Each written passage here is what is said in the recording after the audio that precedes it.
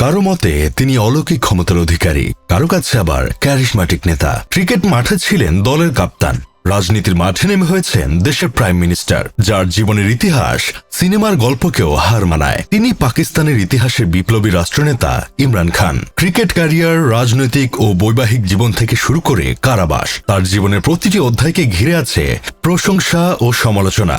রাজনীতির মাঠে উত্তাপ ছড়ানো পাকিস্তানি এই দেশনায়কের কিংবদন্তি হয়ে ওঠার শুরুটা হয়েছিল ক্রিকেট মাঠ থেকে। লাহোরের জামান পার্কের মাঠ থেকেই তার ক্রিকেটের হাতেখড়ি ঘটে। ইমরান খান ফাস্ট বোলিং এর পাশাপাশি ব্যাটটাও চালাতে পারতেন সমানভাবে। এমন অলরাউন্ড প্রতিভা সে সময় খুব বেশি ক্রিকেটারের ছিল না, তাই দ্রুতই তার জাতীয় দলে খেলার ডাক আসে। 1971 সালে ইংল্যান্ডের বিপক্ষে টেস্ট অভিষেকের মধ্য দিয়ে তিনি আন্তর্জাতিক ক্রিকেটে পা রাখেন। পরের বছর গ্র্যাজুয়েশনের জন্য ভর্তি হন অক্সফোর্ডের কেবল কলেজে। যুক্তরাজ্যে থাকাকালে খেলা চালিয়ে যান ইংলিশ ক্লাবগুলোতে। সুদর্শন পুরুষ হওয়ায় একাধিক ব্রিটিশ নারীর সঙ্গে এ সময় তার সখ্যতা গড়ে ওঠে, যা পুরো ক্যারিয়ার জুড়ে চলতে থাকে। এক এক সময় এক এক নারীর সঙ্গে তার সম্পর্কের গুঞ্জন শোনা যেত সংবাদ মাধ্যমে, যার জন্য একসময় প্লে বয় বলা হতো তাকে।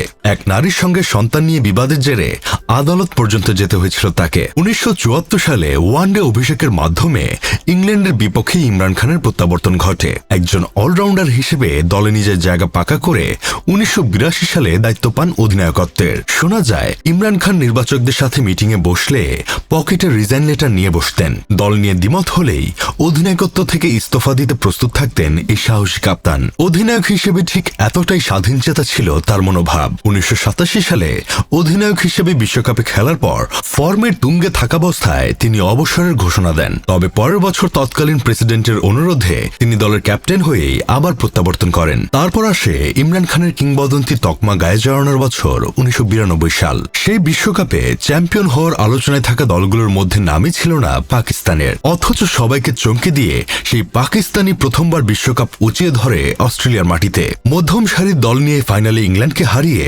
ইতিহাস লেখা সেই পাকিস্তান দলের অধিনায়ক ছিলেন ইমরান খান। নিজের ভেতরে থাকা আত্মবিশ্বাসের বারুদ পুরো দলের মাঝে ছড়িয়ে দিয়ে এক প্রকার অসম্ভবকেই সম্ভব করে দেখিয়েছিলেন এই বিশ্বজয়ী কাপ্তান। স্থায়ীভাবে অবসরের পর মাঠে লড়াই শেষ হলেও অন্য এক লড়াই চালিয়ে যান ইমরান খান, আর তা হল ক্যান্সার আক্রান্ত মানুষের চিকিৎসা নিশ্চিত করার লড়াই। 1985 সালে নিজের মমতাময়ী মায়ের ক্যান্সারে মৃত্যু তার বুকের ভেতরটা নাড়িয়ে দেয়। প্রতিজ্ঞা নেন ক্যান্সার আক্রান্ত মানুষের বিনামূল্যে চিকিৎসার জন্য হাসপাতাল প্রতিষ্ঠা করার। এর জন্য বিভিন্ন দেশ ঘুরে ফান্ড রাইজিং এবং নিজের বিশ্বকাপজয়ী ব্যাট সহ ক্রিকেট ক্যারিয়ারের প্রায় সব সরঞ্জামই তিনি নিলামে বিক্রি করে দেন। অবশেষে 1994 সালে নিজের মায়ের নামে প্রতিষ্ঠা করেন Shaukat Khanum memorial cancer hospital. Lahore ও পেশোয়ারের দুইটি শাখায়, যেখানে আজও 70% মানুষকে বিনামূল্যে ক্যান্সারের চিকিৎসা দেওয়া হয়। 1995 সালে দীর্ঘদিনের বান্ধবী জেমিমা গোল্ডস্মিথকে বিয়ে করে ইমরান খান ব্যাচেলর লাইফের ইতি টানেন। হসপিটাল তৈরি করতে গিয়ে তিনি বৃহৎ পরিসরে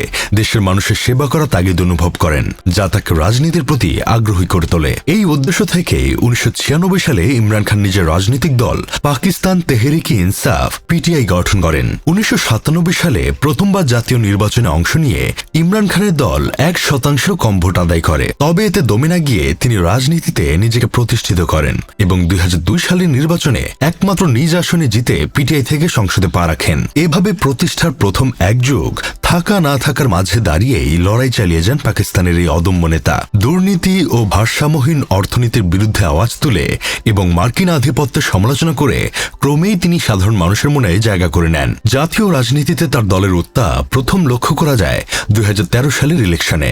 সেইবার বিপুল জনসমর্থন পেলেও মুসলিম লীগের কাছে হেরে অল্পের জন্য সরকার গঠনের সুযোগ হাতছাড়া হয় ইমরান খানের। নির্বাচনে জালিয়াতির অভিযোগ এনে পিটিআই ও অন্যান্য বিরোধী দলগুলো নওয়াজ শরীফের সরকারের পতনের দাবি তোলে। সেই চেষ্টা সফল না হলেও 2016 সালে পানামা পেপারসের এক অনুসন্ধানে দুর্নীতিতে নওয়াজ শরীফ ও তার সন্তানদের নাম উঠে এলে পাকিস্তানি জনগণ ক্ষুব্ধ হয়ে ওঠে। জনতার চাপের মুখে নওয়াজ শরীফ পদত্যাগ করলে 2018 সালের নির্বাচনে ব্যাপক জনসমর্থন আদায় করে ইমরান খানের দল সরকার গঠন করে। বিশ্ব সাক্ষী হয় এক যুগান্তকারী ইতিহাসের। 26 বছর আগে বিশ্বকাপ জিতে ফেরা ইমরান খান আবারও জিতেলেন, তবে তা ক্রিকেট দলের অধিনায়ক হয়ে নয়, পাকিস্তান সরকারের অধিনায়ক হয়ে। প্রধানমন্ত্রী হিসেবে শপথ নিয়ে তিনি দেশের মানুষের কাছে দুর্নীতি মোকাবিলা ও অর্থনীতিকে মজবুত করার ওয়াদা করেন। এর মাঝে 2004 সালে প্রথম স্ত্রী জেমিমা ও 2015 সালে দ্বিতীয় স্ত্রী রেহাম খানের সঙ্গে বিচ্ছেদের পর তিনি আবারও ব্যাচেলর হয়ে পড়েন। 2018 সালে প্রধানমন্ত্রী থাকাবস্থায় ইমরান খান তৃতীয় স্ত্রী হিসেবে বুশরা বিবিকে বিবাহ করেন। ইমরান খানের মেয়াদকালে পাকিস্তান পোশাক শিল্প রপ্তানিতে উল্লেখযোগ্য সাফল্য বয়ে আনে। হেলথ কার্ড প্রকল্পের মাধ্যমে বিনামূল্যে চিকিৎসা প্রদানের ব্যবস্থা করা হয় 1.5 শতাধিক হাসপাতালে। তাছাড়া স্বল্প খরচে গৃহায়ন ও বিলিয়ন ট্রি প্রজেক্টেও বেশ প্রশংসা লাভ করে। করোনাকালীন সময়ে সারা বিশ্ব কোভিড থেকে বাঁচতে লকডাউন দিয়ে দিলেও ইমরান খানের সরকার জোর দেয় জনসচেতনতার দিকে। এতে কোভিড পরবর্তী সময়েও পাকিস্তানের অর্থনীতি সচল থাকে। তবে 2020 পরবর্তী সময়ে মুদ্রাস্ফীতির ফলে পণ্যের দাম হু হু করে বাড়তে থাকে। সেই সাথে বৈদেশিক ঋণের পরিমাণ বৃদ্ধি ও দুর্নীতি দমনে ব্যর্থ হলে পাকিস্তানের জনগণ পিটিআই সরকারের প্রতি আস্থা হারিয়ে ফেলে। ফলে 2022 সালে পার্লামেন্ট অনাস্থা ভোটে হেরে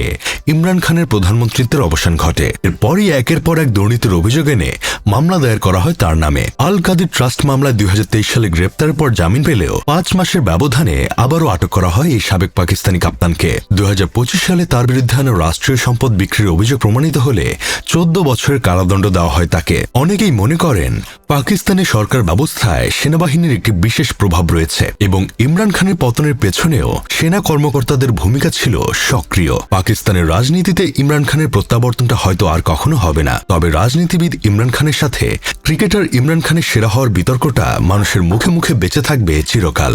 ভিডিওটি ভালো লেগে থাকলে আমাদের ইউটিউব চ্যানেলটি সাবস্ক্রাইব করে সাথেই থাকুন।